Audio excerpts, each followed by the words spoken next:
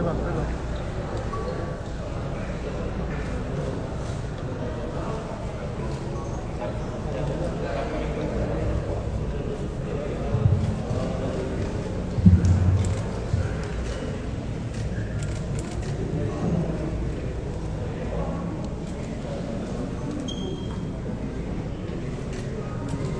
rekan-rekan, sudah bisa kita mulai.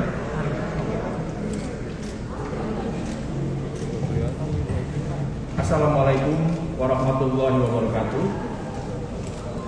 Selamat siang, salam sehat untuk kita semua. Rekan-rekan media, pada siang hari ini kita telah bersama dengan Bapak Menko Polhukam, Bapak Mahfud MD, dan juga Bapak Kabar Eskrim, Komjen Pol Agus Andrianto, dan juga Kepala PPATK, Bapak Dian Edianare. Kita pada siang hari ini akan melaksanakan konferensi pers sehubungan dengan keberhasilan Bareskrim Polri mengungkap satu tindak pidana, yaitu tindak pidana dengan sengaja tanpa hak mengedarkan obat dan sediaan farmasi lainnya tanpa izin edar. Ini dilakukan oleh tersangka sejak tahun 2011 sampai 2021. Nanti tentunya bagaimana kasus ini Bapak Kabar Eskrim akan menjelaskan kepada kita semua. Untuk mempersingkat waktu, tentu yang pertama ada hal yang akan disampaikan oleh Bapak Menko Polhukam. Silakan Pak Menko. Assalamualaikum warahmatullahi wabarakatuh. Yang terhormat Bapak Kabar Eskrim, Komjen Polisi Agus Andrianto, selaku tuan rumah Kepala PPATK, Bapak Dian Ediana, kemudian Bapak dari Direktorat Jenderal Bea Cukai, dari Kepala BPOM, dari Kepala Persatuan Pedagang Usaha Farmasi, dari Kabid Humas, kemudian Deputi 5 Menko Polhukam, serta staf khusus dari Kemenko Polhukam. Saudara, hari ini kita akan mendengar satu informasi tentang perkara yang selama ini sering menjadi keluhan banyak orang kok banyak sekali ya tindakan pencucian, tindak pidana pencucian uang itu dirasakan oleh masyarakat, tetapi yang ditangkap dan ditahan itu kok tidak banyak. Itu sering sekali kita rapat. Kali ini Kabar Eskrim Polri membuktikan bahwa itu bisa dilakukan, dan yang mengagetkan itu memang ini baru satu orang, tapi nilai uangnya besar. Padahal di Indonesia itu yang melakukan kayak gini-gini di berbagai tempat, di laut, di hutan, di pertambangan, dan di berbagai sektor itu diduga banyak gitu. Nah, sehingga dengan demikian ini bisa jadi momentum kepada kita semua untuk melangkah lebih lanjut dan melangkah lebih kompak seperti yang dilakukan oleh Polri dan PPATK dalam kasus ini. Sebab itu saya mengucapkan terima kasih sekaligus mengapresiasi yang tinggi-tingginya pada jajaran Kabar Eskrim Polri dan PPATK yang telah bersinergi dengan baik dan berkolaborasi melakukan joint investigation dan mengungkap tindak pidana pencucian uang yang berasal dari peredaran obat ilegal dengan hasil sitaan 531 miliar rupiah.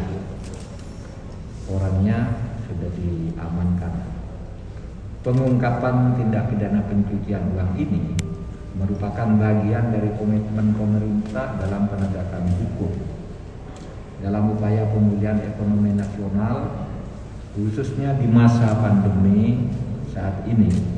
Pemerintah bekerja dengan serius melakukan pemantauan dan pengawasan terhadap kegiatan bisnis ilegal yang dapat merugikan masyarakat dan negara.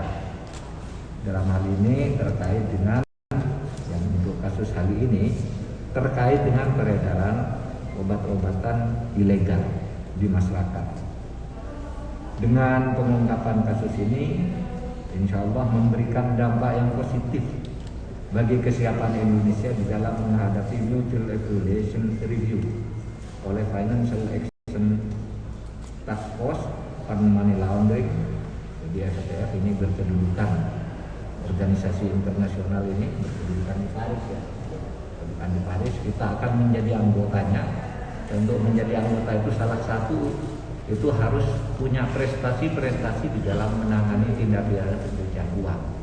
Itu bukan syarat satu-satunya, tapi itu memberi kredit sendiri agar kita bisa menjadi anggota penuh. Sehingga kita dengan demikian sudah menambah kredit dan terus akan menambah kredit untuk dapat diterima menjadi anggota tetap FATF tadi. Sekali lagi saya mengucapkan terima kasih dan apresiasi kepada Reskrim dan PPATK yang telah berhasil mengungkap perkara dan menindaklanjuti secara sungguh-sungguh seruan-seruan dan keputusan rapat kita, rapat TPPU di mana saya menjadi ketuanya. Beberapa kali rapat agar melakukan seperti ini dan sekarang sudah bisa dibuktikan bahwa bisa kalau itu bersungguh-sungguh dan bersinergi. Demikian dari saya, terima kasih. Assalamualaikum warahmatullahi wabarakatuh. Waalaikumsalam. Terima kasih Bapak Menko. Selanjutnya ada hal-hal yang disampaikan oleh Kabar Eskrim. Silakan Pak Kabar. Assalamualaikum warahmatullahi wabarakatuh. Selamat siang rekan-rekan sekalian. Atas izin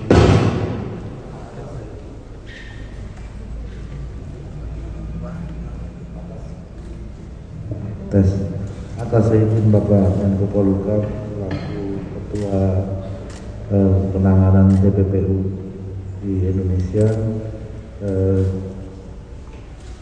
pada siang hari ini terima kasih Bapak berkenan hadir.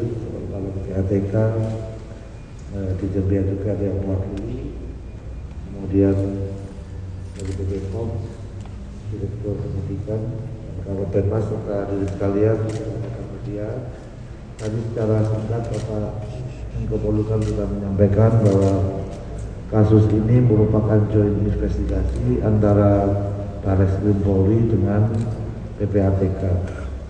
Selama ini memang penerapan TPPU masih belum sesuai harapan, oleh karena itu atas arahan dan petunjuk Bapak Menko Polhukam kita coba untuk mulai menerapkan TPPU sebagaimana apa yang sudah disampaikan bahwa pseudo ekonomi ini pengaruhnya kepada pertumbuhan ekonomi sangat besar. Oleh karena itu kita coba untuk mengungkap kasus yang berawal dari pengungkapan kasus di wilayah Mojokerto, di mana ada korban yang meninggal dunia karena mengkonsumsi obat, sehingga dilakukan penyidikan sampai kepada aktor daripada yang mengimpor obat dari luar secara ilegal, kemudian mengedarkan. Dari hasil penelusuran terhadap rekening-rekening yang kita sekarang ini ada 100 miliar yang kita bawa, karena tidak akan mungkin kita bawa semua uangnya ke sini, namun semua 531 miliar ini sudah kita freeze dan kita sita untuk proses penyidikan selanjutnya. Kasus ini terjadi dari mulai tahun 2019 sampai dengan 2021. Sebenarnya kalau kita mau telusur ke belakang, ini yang orang tidak, tersangka DP ini tidak bekerja, dia juga tidak memiliki keahlian di bidang farmasi, dia tidak juga memiliki perusahaan yang bergerak di bidang farmasi, namun dia menjalankan kegiatan mendatangkan obat-obatan dari luar, kemudian mengedarkan tanpa izin edar dari Badan POM, yang tentu saja ini sudah dinikmati keuntungannya sedemikian lama. Tadi Bapak Menko Polhukam menyampaikan baru 1 orang saja sudah bisa kita sita sejumlah 531 miliar tentunya ke depan atas arahan Bapak Menko Polhukam, dan insya Allah kita akan terus bekerja sama dengan PPATK dan instansi terkait lainnya. Mudah-mudahan penerapan TPPU bisa kita laksanakan di masa-masa yang akan datang. Nanti secara teknis rekan-rekan akan mendapat penjelasan dari Direktur Jasa Ekonomi yang melaksanakan kegiatan bersama-sama dengan rekan-rekan dari PPATK. Terima kasih. Assalamualaikum warahmatullahi wabarakatuh. Waalaikumsalam. Terima kasih Bapak Kabar Eskrim. Selanjutnya ada hal yang akan disampaikan oleh Kepala PPATK. Silakan Bapak Kepala PPATK. Terima kasih. Assalamualaikum warahmatullahi wabarakatuh. Selamat siang, Bapak Ibu sekalian. Saya mungkin sedikit menambahkan apa yang disampaikan Bapak Menko dan Pak Kabar Eskrim mengenai kasus yang kita tangani ini. Sebagaimana mungkin teman-teman sekalian sudah mengetahui bahwa memang ada dua kasus besar yang sudah kita tangani. Yang pertama itu yang terkait dengan penipuan business email compromise yang juga kita lakukan secara joint investigation dengan teman-teman Kabar Eskrim, dan itu sudah kita bisa waktu itu bisa membekukan sekitar 300 miliar dari 600 rupiah pada waktu itu kerugian dari penipuan Pak. Itu yang namanya business email compromise, dan ini adalah proyek besar kedua yang ditangani oleh PPATK dan Kabar Eskrim hari yang kita umumkan hari ini. Ini sebetulnya adalah concern kita teman-teman sekalian bahwa tentu kita melihat perkembangan yang terjadi di masyarakat, komplain mengenai obat-obat palsu, obat-obat terlarang yang beredar dan lain sebagainya. Itu memang bukan cuma merugikan secara keuangan, tetapi ini membahayakan kesehatan masyarakat. Oleh karena itu kita sangat memberikan konsentrasi untuk melakukan analisis dan pemeriksaan terhadap kasus ini, dan kita bisa menemukan ternyata bahwa kita sudah bisa menemukan seseorang yang tadi sudah disampaikan yang rekeningnya yang kita bukukan itu berjumlah sekitar 557 miliar. Nah, ini tentu adalah kasus yang cukup baik sebagai contoh bagaimana kita menerapkan apa yang kita sebut sebagai penanganan tindak pidana ekonomi terintegrasi yang sudah menjadi pembicaraan dengan Pak Menko dan juga dengan Bapak Presiden seperti mengenai masalah ini. Hal yang sama mungkin sekedar sebagai ilustrasi teman-teman sekalian, kita lakukan juga dengan teman-teman kejaksaan yang terkait dengan Asabri maupun kasus Asabri dan kasus Jiwasraya. Ini adalah investigasi bersama sehingga penanganan tindak pidana asalnya kemudian langsung disertai dengan tindak pidana pencucian uang. Sebagaimana pernah saya sampaikan di berbagai kesempatan, memang keberhasilan kita untuk memberantas tindak pidana ekonomi itu akan sangat tergantung kepada kemampuan kita untuk menindak tindak pidana pencucian uangnya. Nah, ini karena faktor penjara akan ada di situ. Seperti hari ini nampaknya mungkin uang itu otomatis bisa kita ambil, bisa kita sita untuk negara. Nah, ini kita sudah melakukan penelitian, ada 8 bank dan 1 manajer investasi yang kita teliti, dan ada 19 rekening yang kita blok secara sementara, setelah itu kemudian diambil alih oleh teman-teman di Barreskrim, dan 2 rekening dari manajer investasi yang kita bukukan. Ini merupakan suatu langkah yang cepat, dan untuk kita juga mengapresiasi kerjasama dari teman-teman bank untuk bisa mengungkap ini dengan lebih cepat. Nah, ini tentu saja kasus seperti ini bukan cuma mengganggu tentu saja keselamatan masyarakat, juga mengganggu sistem keuangan kita. Oleh karena itu memang membersihkan sistem keuangan kita dari tindak pidana, segala jenis tindak pidana tentu saja itu merupakan prioritas kita bersama dengan teman-teman di Komite TPPU tindak pidana pencucian uang yang dipimpin oleh Pak Menko. Nah, ini adalah poin-poin yang kita ingin lakukan, dan ke depan kita juga akan mencoba mengatasi persoalan-persoalan terkait dengan tindak pidana ekonomi ini secara terintegrasi, Pak. Jadi itu yang mungkin yang ingin saya sampaikan, sekedar tambahan, Pak. Kita sudah alhamdulillah kita sudah bisa Pak Barreskrim sudah bisa menangkap pelaku, dan juga uang juga sudah bersamaan disita. Nah, ini adalah saya kira teman-teman sebagai penutup, ini adalah filosofi pemberantasan tindak pidana ekonomi modern Jadi artinya antara mengejar pelaku dengan mengejar uang itu harus bersamaan. Kalau misalnya hanya mengajar pelaku, tentu ini tidak ada faktor penjara. Oleh karena ini merupakan satu contoh fenomenal yang tadi Pak Menko sampaikan, yang mudah-mudahan ini akan juga membantu keanggotaan kita nanti di Financial Action Task Force, Pak. Terima kasih Pak, demikian sedikit tambahan. Terima kasih Pak PPATK.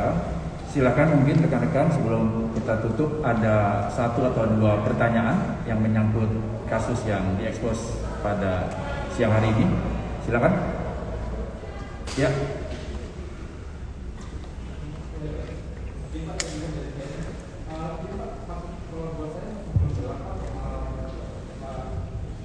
Buat saya masih, izin Pak, saya Iwan dari CNN. Buat saya masih belum jelas Pak soal bagaimana si pelaku ini menjual, kemudian karena ini kan barang buktinya sampai sebesar ini gitu loh. Agak nggak masuk akal kalau tersangkanya cuma 1 ataukah memang masih ada tersangka lain yang dikejar begitu loh Pak. Kemudian ketika misalnya dia mengedarkan obat ke apotek yang lain-lain itu memang tidak ada, dari apoteknya sendiri tidak ada yang dijadikan tersangka juga atau apa seperti itu Pak. Mohon lebih kronologisnya lebih jelas lagi Pak. Terima kasih. Terima kasih rekan-rekan. Jadi ini berawal dari pengungkapan kasus meninggalnya orang karena obat aborsi di wilayah Mojokerto. Dalam proses pengembangannya kita menuntut ada tersangka tentunya yang sekarang sedang proses hukum di Mojokerto. Namun kita akan mencari siapa yang paling aktor pendananya siapa. Sehingga kepada yang bersangkutan ini kita lakukan penelusuran terhadap keluar masuknya barang, termasuk cara-cara mereka untuk bertransaksi. Jadi dari luar negeri ini yang kita telusuri ini dulu ya Mas ya, karena ini adalah dan yang aktor intelektualnya tentunya ini yang menjadi objek penelusuran keuangannya, sehingga dari masuk ke Indonesia, kemudian transaksinya melalui bank apa, kemudian dialihkan ke bank mana saja, itu kita dengan bantuan dari PPATK kita bisa telusuri, sehingga dari tersangka ini bisa kita sita 531 miliar. Nanti pengembangannya bisa kepada rekening istrinya dan lain sebagainya, ini bisa akan kita kembangkan setelah ini kita ekspos ini. Itu saya rasa dulu Mas. Baik, mungkin masih ada? Mungkin bisa dijelaskan apakah sudah sampai misal pengirimannya dari luar negeri itu melalui jalur mana, terus bobotnya sudah sampai berapa aja di luar negeri? Ya, nanti akan kita kembangkan setelah kita ungkap kasus. Karena ini juga baru 2 minggu kita mengungkap kasus ini. Jadi mudah-mudahan setelah ekspos ini kita akan kembangkan kepada pelaku yang lain, karena ini pasti melalui transportir maupun mungkin ada importer yang membantu memasukkan barang ini, termasuk siapa-siapa yang menjadi agent dari yang bersangkutan untuk menampung keuangan itu.